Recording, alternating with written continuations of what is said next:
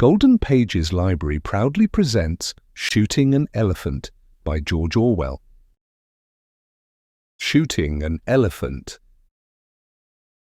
In Moulmein, in Lower Burma, I was hated by large numbers of people, the only time in my life that I have been important enough for this to happen to me. I was sub-divisional police officer of the town, and in an aimless, petty kind of way, anti-European feeling was very bitter. No one had the guts to raise a riot, but if a European woman went through the bazaars alone, somebody would probably spit beetle juice over her dress. As a police officer, I was an obvious target, and was baited whenever it seemed safe to do so. When a nimble Burman tripped me up on the football field, and the referee, another Burman, looked the other way, the crowd yelled with hideous laughter.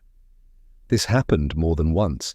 In the end, the sneering yellow faces of young men that met me everywhere, the insults hooted after me when I was at a safe distance, got badly on my nerves.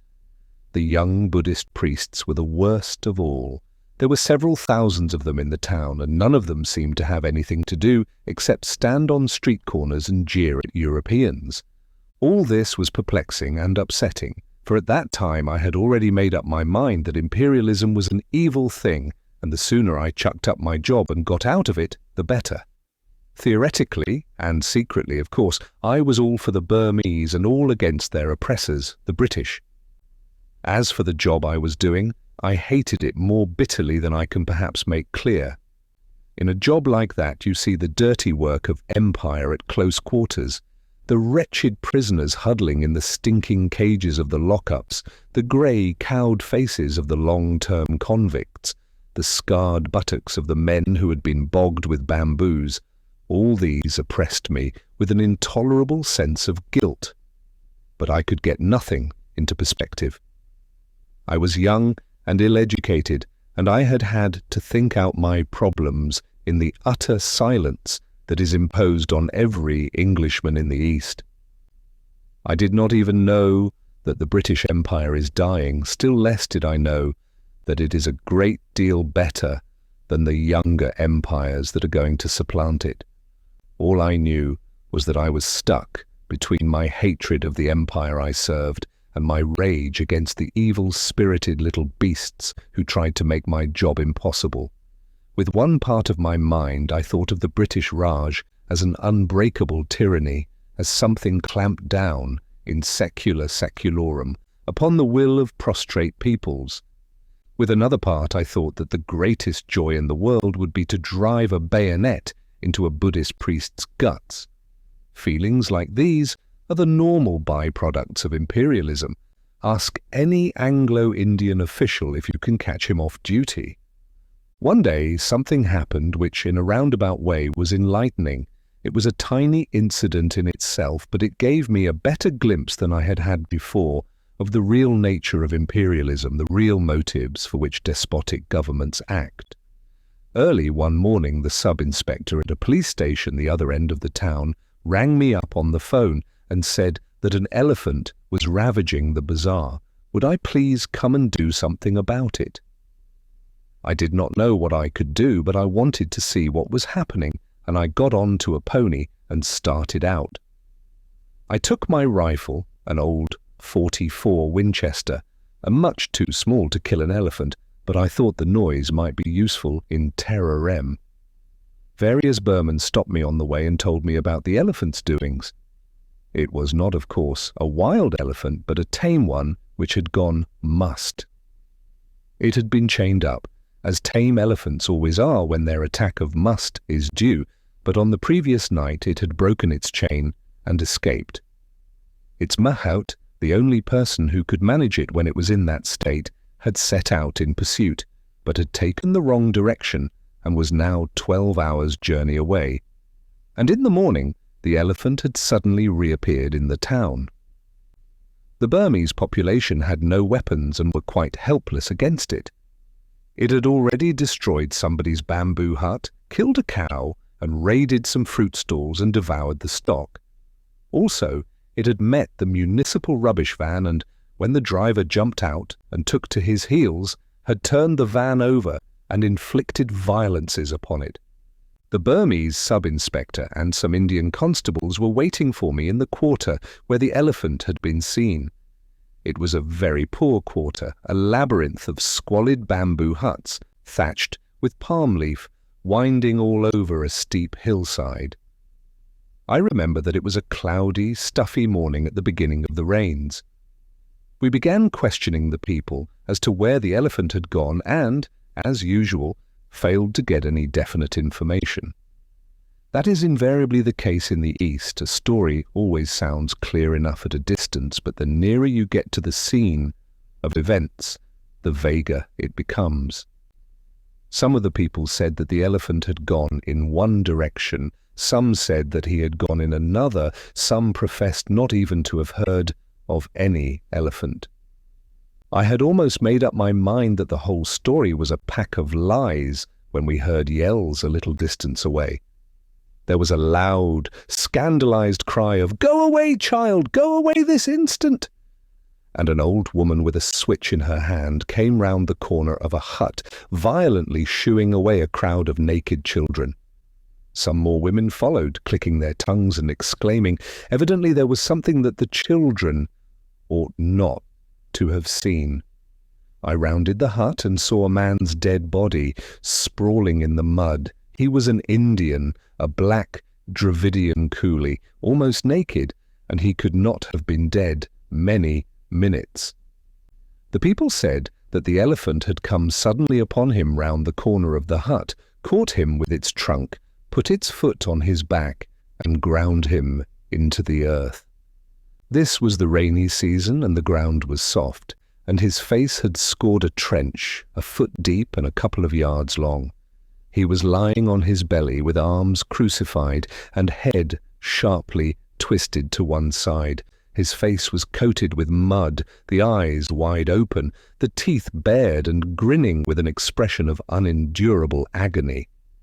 Never tell me, by the way, that the dead look peaceful. Most of the corpses I have seen looked devilish. The friction of the great beast's foot had stripped the skin from his back as neatly as one skins a rabbit. As soon as I saw the dead man, I sent an orderly to a friend's house nearby to borrow an elephant rifle. I had already sent back the pony, not wanting it to go mad with fright and throw me if it smelt the elephant. The orderly came back in a few minutes with a rifle and 5 cartridges, and meanwhile some Burmans had arrived and told us that the elephant was in the paddy fields below, only a few hundred yards away. As I started forward, practically the whole population of the quarter flocked out of the houses and followed me. They had seen the rifle and were all shouting excitedly that I was going to shoot the elephant. They had not shown much interest in the elephant when he was merely ravaging their homes, but it was different now that he was going to be shot. It was a bit of fun to them, as it would be to an English crowd. Besides, they wanted the meat. It made me vaguely uneasy. I had no intention of shooting the elephant. I had merely sent for the rifle to defend myself if necessary, and it is always unnerving to have a crowd following you.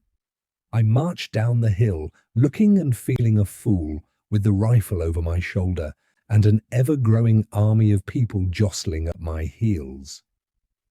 At the bottom, when you got away from the huts, there was a metalled road, and beyond that, a miry waste of paddy fields 1,000 yards across, not yet ploughed but soggy from the first rains and dotted with coarse grass. The elephant was standing 8 yards from the road, his left side towards us. He took not the slightest notice of the crowd's approach. He was tearing up bunches of grass, beating them against his knees to clean them and stuffing them into his mouth. I had halted on the road. As soon as I saw the elephant, I knew with perfect certainty that I ought not to shoot him. It is a serious matter to shoot a working elephant. It is comparable to destroying a huge and costly piece of machinery, and obviously one ought not to do it if it can possibly be avoided. And at that distance, peacefully eating, the elephant looked no more dangerous than a cow. I thought then, and I think now, that his attack of must was already passing off, in which case he would merely wander harmlessly about until the mahout came back, and caught him. Moreover, I did not in the least want to shoot him. I decided that I would watch him for a little while to make sure that he did not turn savage again, and then go home. But at that moment I glanced round at the crowd that had followed me. It was an immense crowd, 2,000 at the least, and growing every minute. It blocked the road for a long distance on either side. I looked at the sea of yellow faces above the garish clothes faces, all happy and excited over this bit of fun, all certain that the elephant was going to be shot. They were watching me as they would watch a conjurer about to perform a trick. They did not like me, but with the magical rifle in my hands I was momentarily worth watching, and suddenly I realized that I should have to shoot the elephant after all. The people expected it of me, and I had got to do it. I could feel their 2,000 wills pressing me forward irresistibly. And it was at this moment, as I stood there with the rifle in my hands, that I first grasped the hollowness, the futility of the white man's dominion in the East. Here was I, the white man with his gun, standing in front of the unarmed native crowd, seemingly the leading actor of the piece. But in reality I was only an absurd puppet pushed to and fro by the will of those yellow faces behind. I perceived in this moment that when the white man turns tyrant, it is his own freedom that he destroys. He becomes a sort of hollow, posing dummy, the conventionalized figure of a sahib, for it is the condition of his rule that he shall spend his life in trying to impress the natives, and so in every crisis he has got to do what the natives expect of him. He wears a mask and his face grows to fit it. I had got to shoot the elephant. I had committed myself to doing it when I sent for the rifle. A sahib has got to act like a sahib. He has got to appear resolute, to know his own mind and do definite things. To come all that way, rifle in hand, with 2,000 people marching at my heels, and then to trail feebly away, having done nothing, no, that was impossible. The crowd would laugh at me, and my whole life, every white man's life in the East, was one long struggle not to be laughed at. But I did not want to shoot the elephant. I watched him beating his bunch of grass against his knees with that preoccupied grandmotherly air that elephants have. It seemed to me that it would be murder to shoot him. At that age I was not squeamish about killing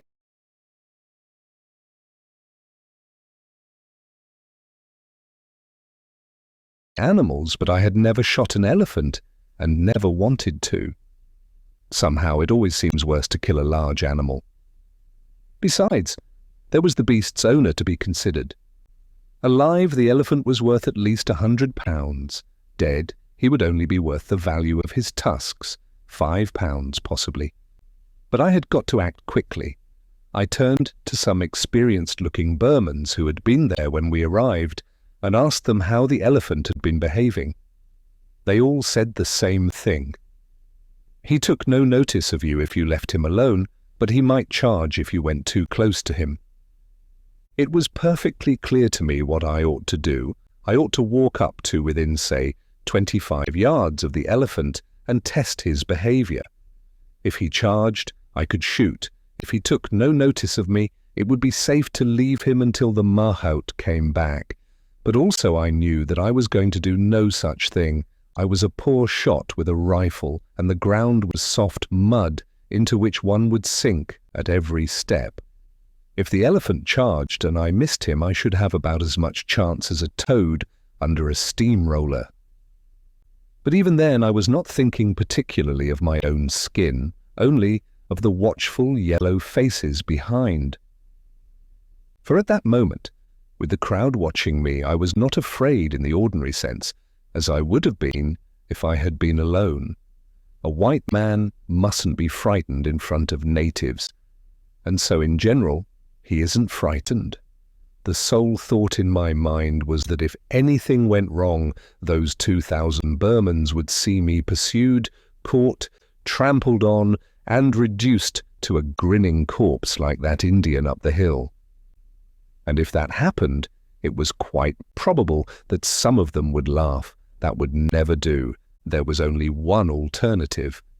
I shoved the cartridges into the magazine and lay down on the road to get a better aim.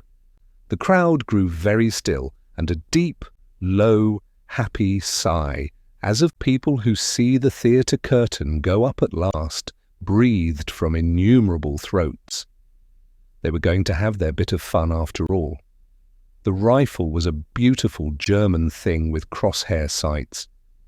I did not then know that in shooting an elephant one would shoot to cut an imaginary bar running from ear hole to ear hole. I ought, therefore, as the elephant was sideways on, to have aimed straight at his ear hole. Actually, I aimed several inches in front of this, thinking the brain would be further forward. When I pulled the trigger, I did not hear the bang or feel the kick. One never does when a shot goes home. But I heard the devilish roar of glee that went up from the crowd. In that instant, in too short a time, one would have thought, even for the bullet to get there, a mysterious, terrible change had come over the elephant. He neither stirred nor fell, but every line of his body had altered.